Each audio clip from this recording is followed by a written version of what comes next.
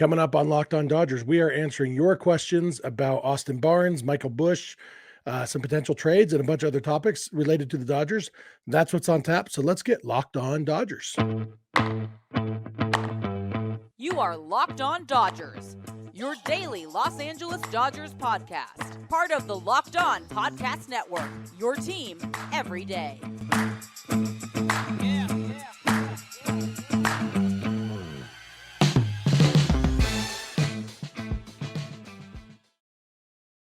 Hey, Dodger fans, this is Locked On Dodgers, part of the Locked On Podcast Network, your team every day. Thank you for making Locked On Dodgers your first listen every weekday morning. Remember, this show is free and available on all podcast platforms and on YouTube simply by searching for Locked On Dodgers. Or even better, go ahead and subscribe wherever you're watching or listening right now, and then you can be an everydayer just like we are. If this is your first time with us, I am Jeff Snider. My co-host is Vince Samperio. We are doing a split episode today, so I'll be with you for the first half. Vince will be with you for the second half. Vince and I are both lifelong Dodger fans, just like you are. We've also both spent time covering the Dodgers in the press box and the locker room. So we're not quite insiders, but we bring you the smart fans perspective on our boys in blue every weekday morning. And again, this is a split episode. That's my fault. I enjoy talking with Vince, but he cares about sports other than baseball. And there's a Lakers game tonight, and I picked up a bug. And so I am feeling miserable. And so I need to get to bed. So we're doing a split episode so that I can record before Vince is ready to record. So I hope that's okay. But we did put out a call for questions, as we mentioned yesterday that we would, and we got a lot of good questions from you guys. So we're going to jump right in and get to as many of them as we can. But before we do that, little updates. The paternity list shuffle continues.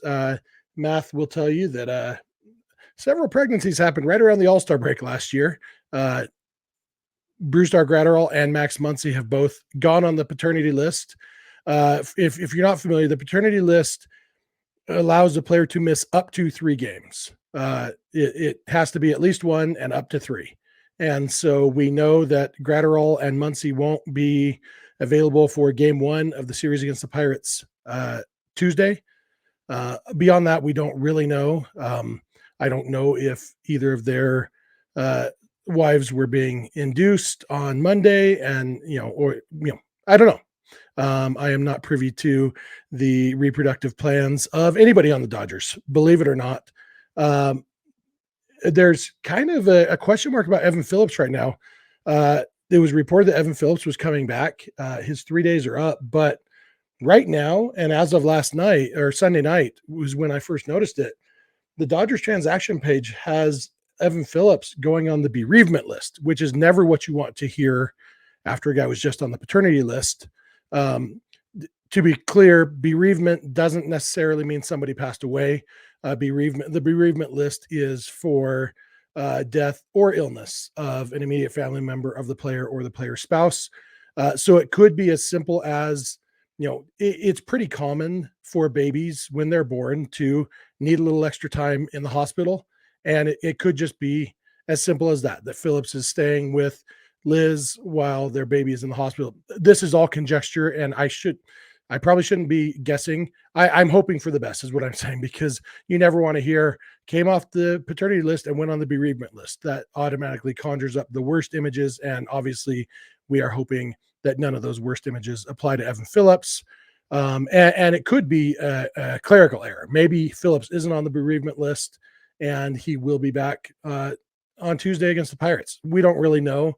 We'll just have to wait and see. But with Muncy going on the paternity list, Michael Busch is getting called up for his major league debut. He's been playing some third base in AAA lately, and so it makes sense with Muncy out to bring up Busch. You'd have to assume Busch is going to get some time at third base. And, like I said, we don't know if Muncy will be out 1, 2, or 3 games, but I wouldn't be surprised at all if Busch gets the start on Tuesday against the Pirates in Pittsburgh. And we do have a question about Busch that I'm going to jump right into. This is from our buddy Kevin, I think. Nope. Wait. Yeah. So we got a couple questions about Busch, actually. Kevin says, with David Peralta not hitting, Jason Hayward showing just baby signs of improvement, and Michael Busch not yet a part of the outfield conversation, do you think it's time for Trace Thompson to get some time versus righties after what he showed last year? And Fabian Castaneda says Miguel Vargas hasn't been hitting. It might be residual from the hand injuries. But if Michael Busch starts hitting out of the gate like Outman did, does Vargas get sent down to maybe let him relax a little and find his swing? So there are questions about, Kevin's question. I read the wrong question from Kevin. He mentions Busch. But the other one was, I love the idea of Betts at shortstop, but less so if it means Peralta, and to a lesser degree, Hayward get more at bats. Taylor has the same WRC as Peralta, so it's a wash. Any chance Busch plays left field when Max comes back? That's the one I meant to read from Kevin. It's the fever. I promise it's the fever. I'm not an idiot. The big question is Michael Busch just up for a couple days, or is there a chance that he can stick around? And I always think back to 2017 when Cody Bellinger got called up. He came up to play left field. He was a first baseman and a center fielder in the minor leagues. He came up to play left field when Jock Peterson got hurt. And his first couple of games, he struggled. I think he didn't get his first hit, an infield single in San Francisco, until like his third or fourth game. Or maybe it was early, but then he struggled after that. Anyway, Bellinger didn't light the world on fire immediately, but by the time Jock was ready to come off the injured list, Bellinger had basically cemented his place in the lineup. And so they eventually, I assume they talked Adrian Gonzalez into going on the injured list because he had been terrible that year, and let Bellinger become the first baseman. And he basically never gave it up until this past offseason. His spot in the lineup obviously gave up first base. So Michael Busch, there's a chance he could do that. If he comes up and hits, they could stick around. And the question would be where, because Max Muncy is going to be the third baseman. But as Kevin mentions, as Fabian mentions, Fabian, I'm sorry if I mispronounce it. I know I mispronounced it because I said it two different ways. So I hope one of those was right. But he wonders if maybe Vargas gets sent down.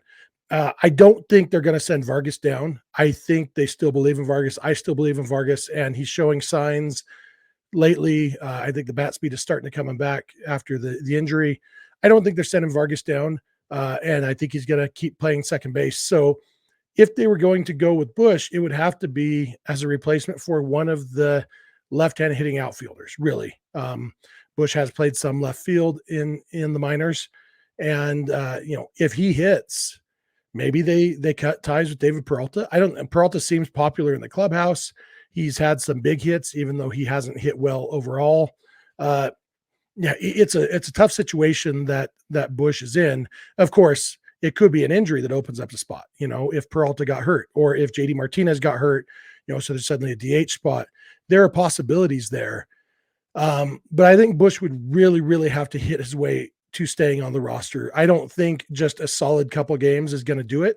I think he'd have to really, really be impressive to stick right now, but it's still a good chance for him to make a good first impression and hopefully, help the Dodgers win some games and push himself to the top of that list, the front of the line for, okay, when somebody does get hurt, let's get Michael Busch back up here.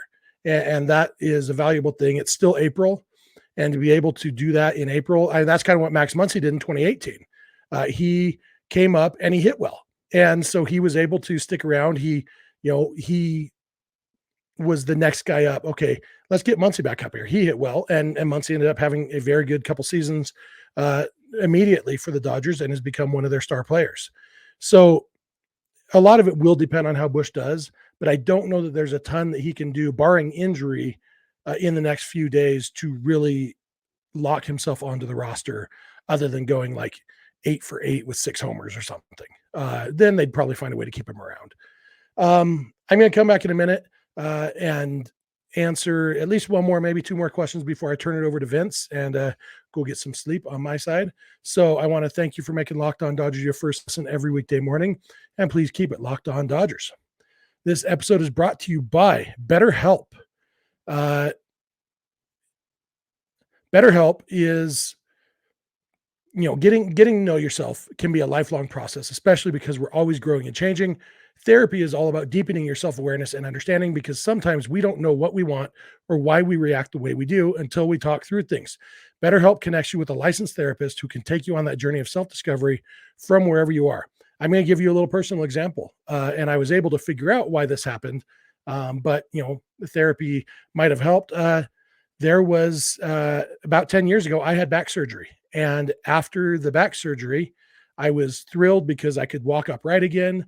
And I had gone down to California for the back surgery and had tickets to a Dodger game, and I was going to go. I was feeling great. And then that morning, I just emotionally, I could not handle it. And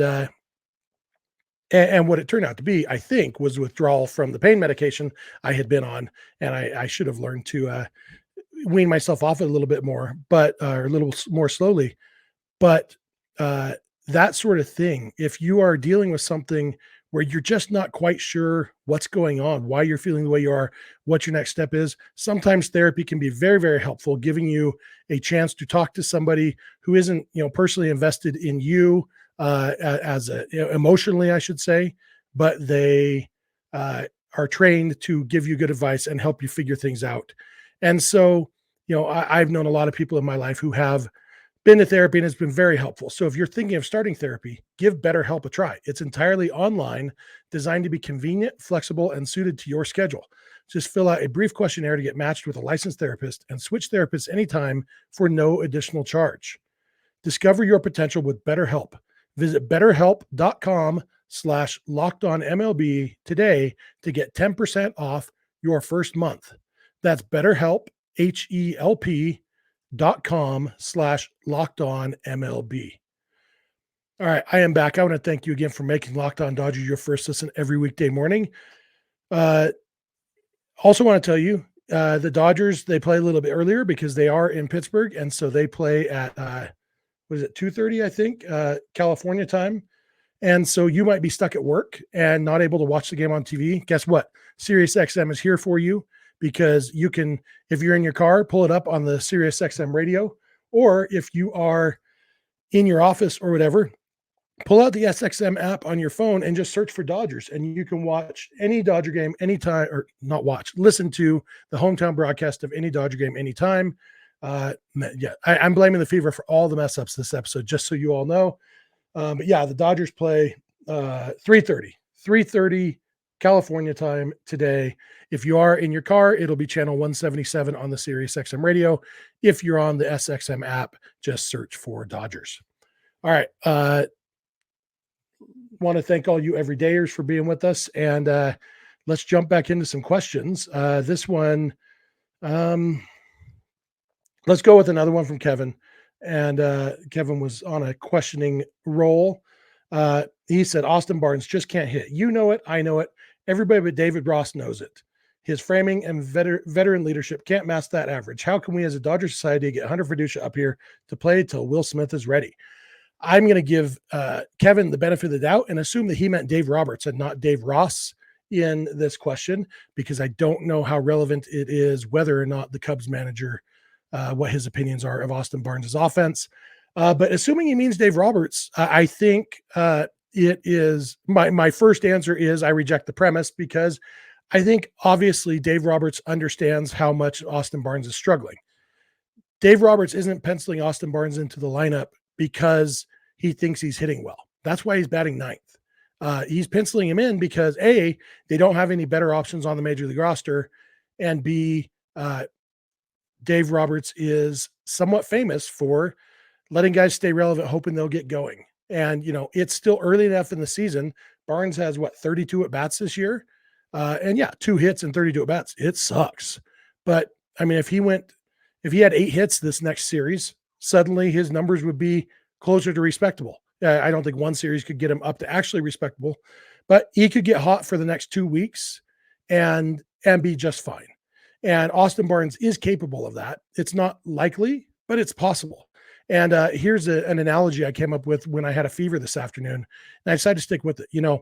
We're trying to, I've been watching, just so you know, I had a fever, and I've been watching a lot of Worst Cooks in America. So that's where this comes from. We're trying to boil a pot of pasta.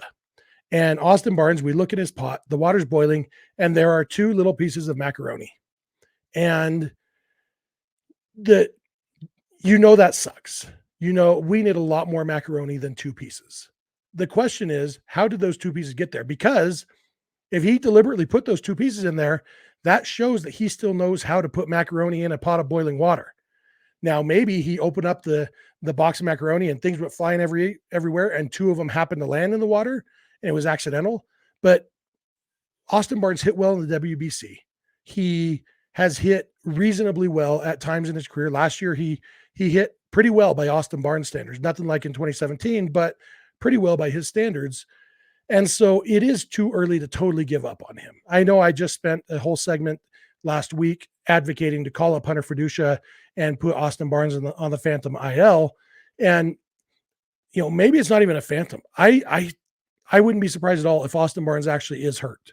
And that's part of the problem. And so maybe he does end up on the IL and they do call up Hunter Fiducia.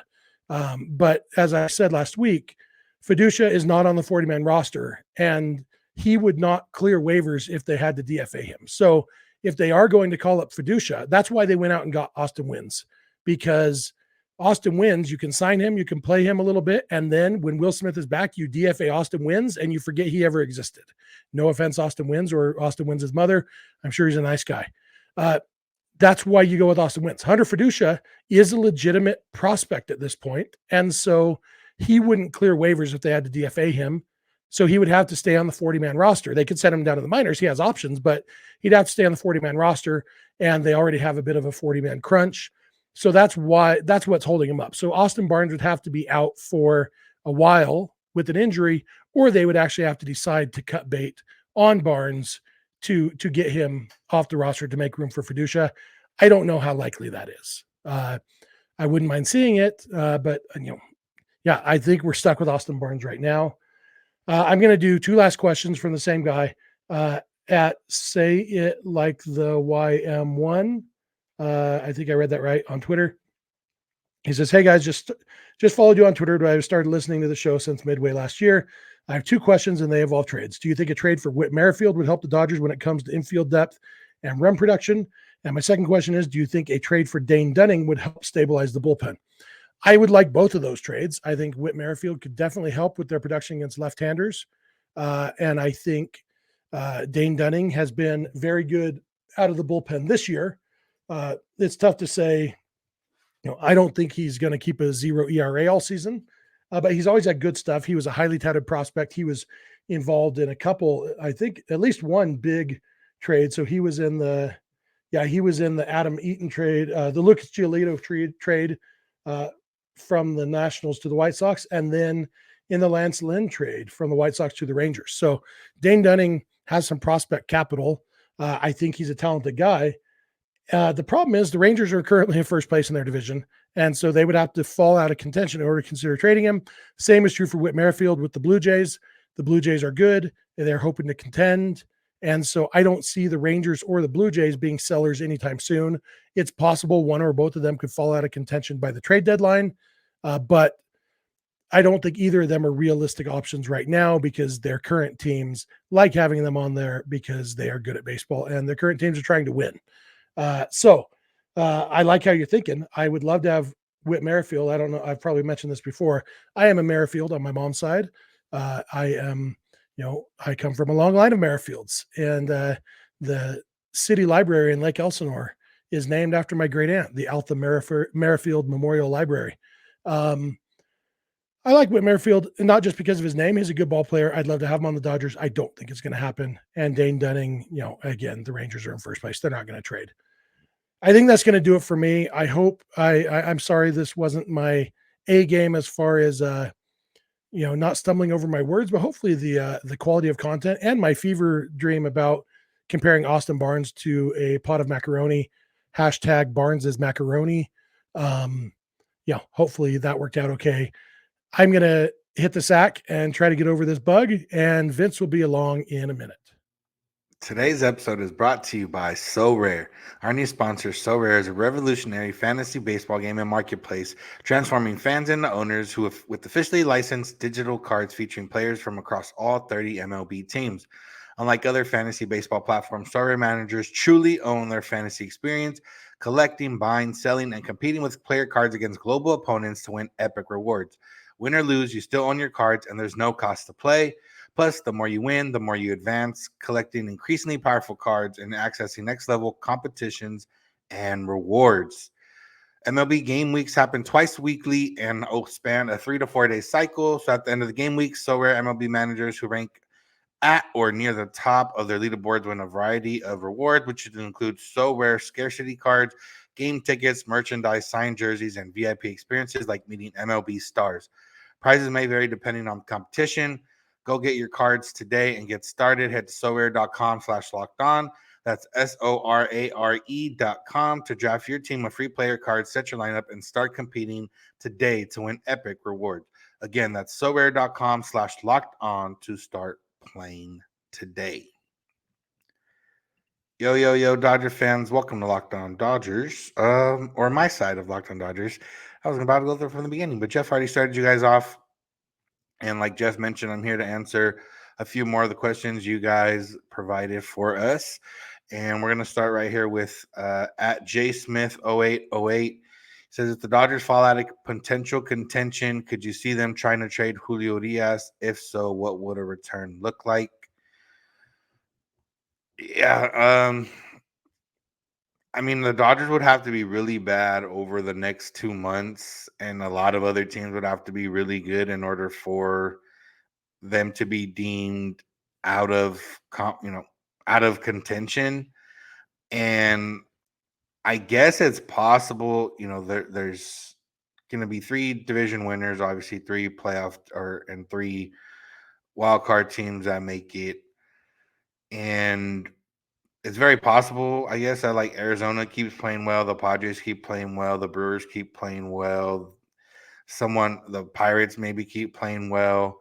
And then you got the Braves and you got the Mets, and then you got, teams like the Cardinals and maybe the Giants and the Phillies all are playing very well. And the Dodgers just have a really bad 2-month stretch over, before the trade deadline, or even 3-month stretch. But I personally can't see that happening. But let's just say, for the sake of the question, by some virtue, the Dodgers are more than 10 games out of a playoff spot, or maybe even hovering around 10 games out of a playoff spot when it comes to the trade deadline. If that were the case, then yeah, exploring a Julio Urías trade would make some sense. If he's still pitching well, assuming he's going to be pitching as well as he's been the last few years. If he's not pitching well, is it really worth it? Can't say for sure. But if he's pitching well, Dodgers are close to 10 games out of a playoff spot, then yeah, I guess you could, explore a trade there. The thing with him being a being a free agent at the end of the season is that you're not going to expect to get too much from him or for him. We've seen the Dodgers make these trades in the past, and giving up significant players for somebody that's going to be a free agent at the end of the year, they haven't really done that. They traded for Manny Machado. That one became more of a volume play. They gave up 4 or 5 guys. Yusniel Diaz was one of the prizes of that deal, and he's back with the Dodgers and playing in AAA now. So, yeah, that didn't go very well for them. Dean Kramer ended up actually being probably the best one of the bunch that got traded in the Machado trade. He wasn't really expected to be that, much of a difference maker. When they traded for Yu Darvish, a guy like Willie Calhoun, I guess, guys that are more projects than sure things. And when it comes to prospects, that's very much what you get out of it. And the other part is, you're not going to get anything that's on the current team or that's going to help you even in the next year or so, because most of these teams that will be trading for a guy like Julio would be in contention, which means they would probably be looking to keep their major league team intact, and they'll probably have prospects of being good at least the next couple of years, which means they're not really going to be trading from strengths of prospects that are close to the major leagues. And for the Dodgers, does it make sense to make a trade for a guy that's a few years down the line? Yeah, the Dodgers have been pretty good at identifying players the last few years. Some of these guys they've gotten in smaller deals like Ross Stripling trade and trades of that nature. Those guys are starting to climb the rank. I think Nick Frasso is part of the Ross Stripling trade. Those guys start to climb the ranks and become legitimate prospects. So, the Dodgers, I would trust if they did make a deal for Julio, it would get them somebody that would become a top 100 prospect maybe in the next 2-3 years.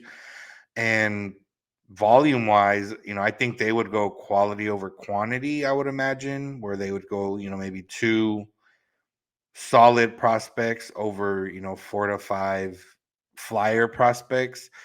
And I think that's what it would take. I think it would take one, like, either on the cusp of top 100 prospect or a top 100 prospect, one guy that could get into a top 100 prospects the next couple years, and that would be enough to get Julio.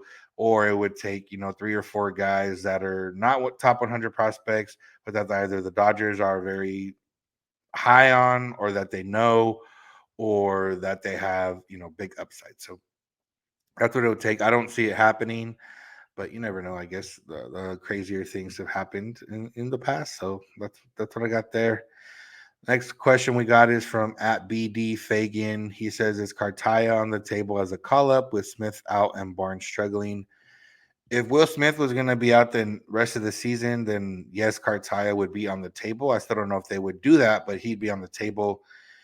But we don't know how long Smith is going to be out, but it doesn't appear to be more than a week or two at this point. Hopefully everything, he's had some symptom-free days, but, with the, you never want to rush anyone back with concussion symptoms or who suffered a concussion.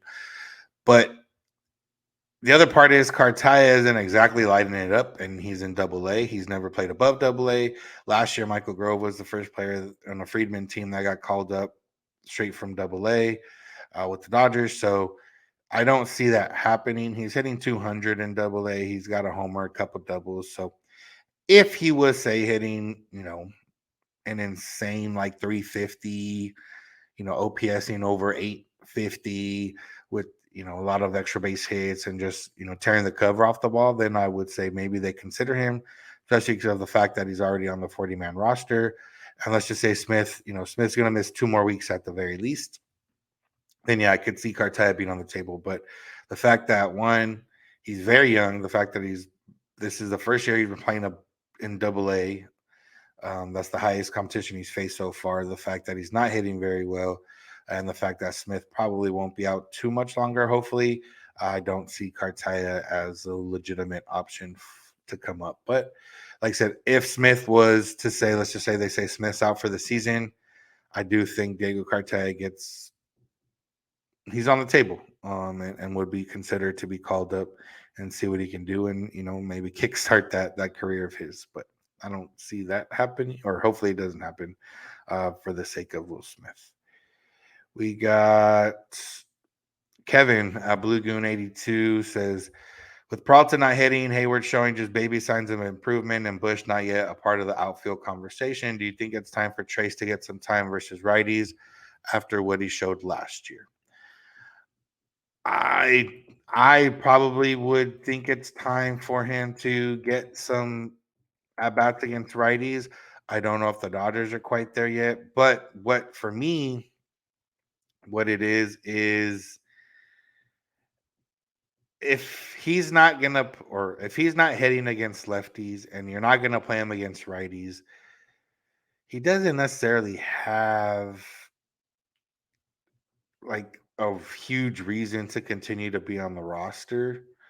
I guess defensively, yeah, but if you're not going to use him, and I guess if you're not going to use him and he's a fifth outfielder, then I guess it's okay to be on the roster. But you kind of got to see what you have with him at this point and see if he's still going to be good this year. Because like we saw last year, he was good the entire season, but when it came to the postseason, he just didn't come through. And if you have other guys, even if, let's just say, Michael Busch could be a guy. Let's just say he comes up, plays a couple games, looks okay or looks very good. And, you're not going to probably give up on Peralta yet. You're not going to give up on Hayward yet. Trace is someone you would likely give up a little bit quicker than the other guys. He's not as much, a MLB veteran. He came up, he was not really in the majors the last few years. Before last year, he had a really strong year. Yeah, but if Hayward at least has the signs of hitting the ball hard and just being a little bit unlucky, whereas Peralta is just, not really hitting. He did have the walk-off hit, and he's had a couple big hits, but he hasn't necessarily produced the way they think he's going to be. I still think they're going to give him, I still think they're probably going to give another month of a leash before they do any drastic changes. I don't think playing Trace a little bit more against right-handed pitchers is a drastic change. So I can see him getting a little more at bats against righties, especially just to get him maybe a little bit more, in a rhythm. He's really become the guy that only starts against lefties, which is interesting because he's like 10 to 12% worse against lefties than the rest of the league. But whatever the case, I think that Trace will start getting some more at bats against right-handed pitching especially if the other guys don't improve. All right, I think we got one more. We got a question from Ryan at Dodgers. Ryan, what happened in Los Angeles during the All-Star break? It appears that the Dodgers enjoyed their All-Star break, or at least the month of July as a whole. So yeah, shout out to them. We got two more questions. One from Marty McDodger at McDodger M. When will people realize Dave can't manage pitching? And he believes that Dave Roberts is holding the team back says, when will Dodgers DFA the caboose that's holding the team back and allow for youth to rise up? I don't know if that's Roberts or somebody else, but Roberts, if he does have a fault at manager, it maybe is sometimes decision making when it comes to the bullpen or when it comes to pressure situations with his pitching staff. I personally, while there is issues there, I don't think that's a reason to fire him at the moment. Obviously, it's happened a couple of times in the postseason, and that's justified for firing. But if you're not going to fire him after the postseason, or decision making that he's had, you're not going to fire him in the regular season unless the season really goes south from here.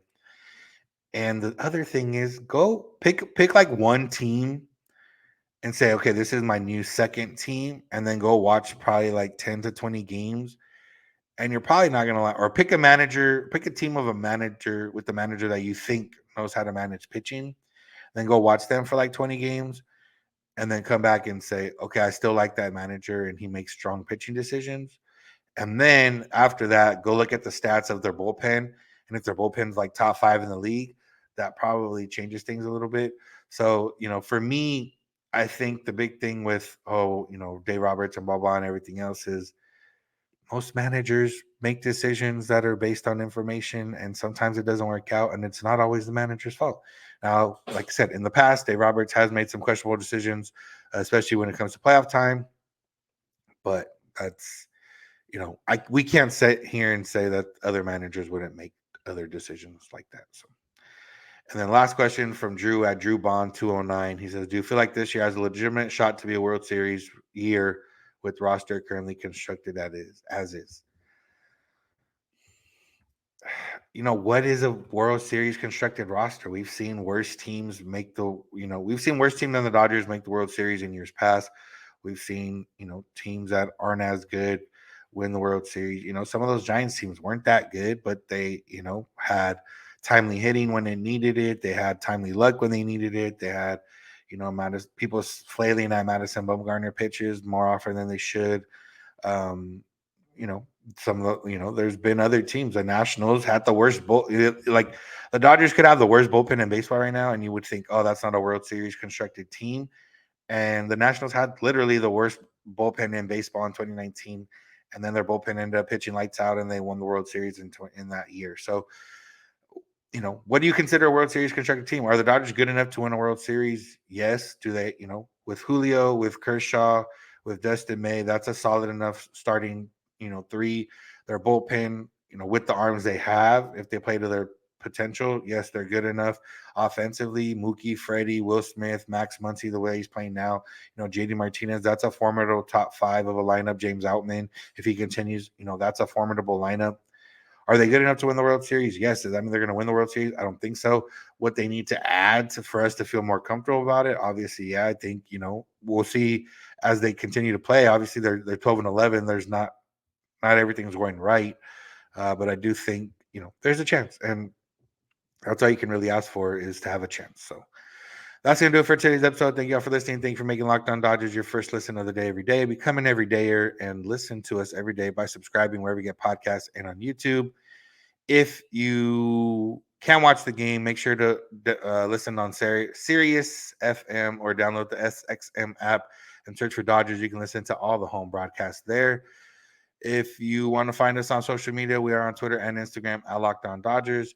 Jeff is on Twitter at Snider. I'm at Vince Samperio. DMs are open on all those accounts if you need to get hold of us. You can also get a hold of us via email, lockedondodgers@gmail.com, or via voicemail text at 323-863-5625.